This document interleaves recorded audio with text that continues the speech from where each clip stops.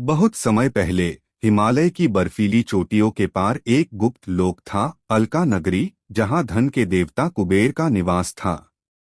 उस नगरी में यक्ष और यक्षिणियां रहते थे, दिव्य, सुंदर और अलौकिक शक्तियों से संपन्न। उसी अलका नगरी में एक यक्षिणी थी, चंद्रलेखा। उसकी आंखें चंद्रमा जैसी शांत थीं, और उसकी आभा ऐसी कि रात में भी उसके आसपास प्रकाश फैल जाता था। उसका वरदान और श्राप। चंद्रलेखा को एक विशेष शक्ति प्राप्त थी। वह किसी भी मनुष्य के हृदय की सच्चाई को देख सकती थी। लेकिन उसके जीवन में एक श्राप भी था। यदि वह किसी मनुष्य से सच्चा प्रेम कर बैठी तो उसे यक्षलोक छोड़कर मृत्युलोक में रहना होगा। एक दिन पृथ्वी लोक में एक साधक जिसका नाम आर्यन था, घने वन में तपस्या कर रहा था। वह धन या शक्ति नहीं, बल्कि ज्ञान और सत्य की खोज में था। चंद्रलेखा ने उसकी तपस्या की ज्योति देखी। वह आकाश से उतरकर वृक्षों के पीछे से उसे देखने लगी।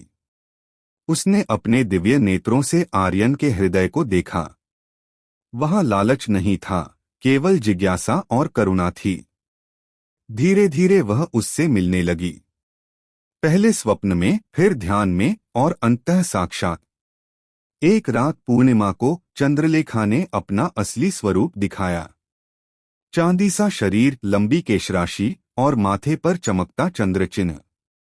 आर्यन पहले तो चौंका, पर भयभीत नहीं हुआ। उसने कहा, यदि तुम देव शक्ति हो तो मुझे सत्य का मार्ग दिखाओ। यदि तुम माया हो तो मुझे परख लो। उसकी निडरता देखकर चंद्रलेखा का हृदय पहली बार धड़क उठा। दिन बीतते गए। चंद्रलेखा को एहसास हुआ वह श्राप के निकट पहुंच रही है। उधर यक्षलोक में हलचल मच गई। कुबेर ने दूत भेजा, यदि तुमने मनुष्य से प्रेम किया तो तुम्हें अमरत्व त्यागना होगा। चंद्रलेखा द्वंद्व में थी, अमरता या प्रेम। अंततः उसने निर्णय लिया। पूर्णिमा की रात उसने अपनी दिव्य शक्तियां त्याग दीं। आकाश से एक तेज प्रकाश उतरा और वह साधारण स्त्री बन गई। आर्यन ने उसे स्वीकार किया।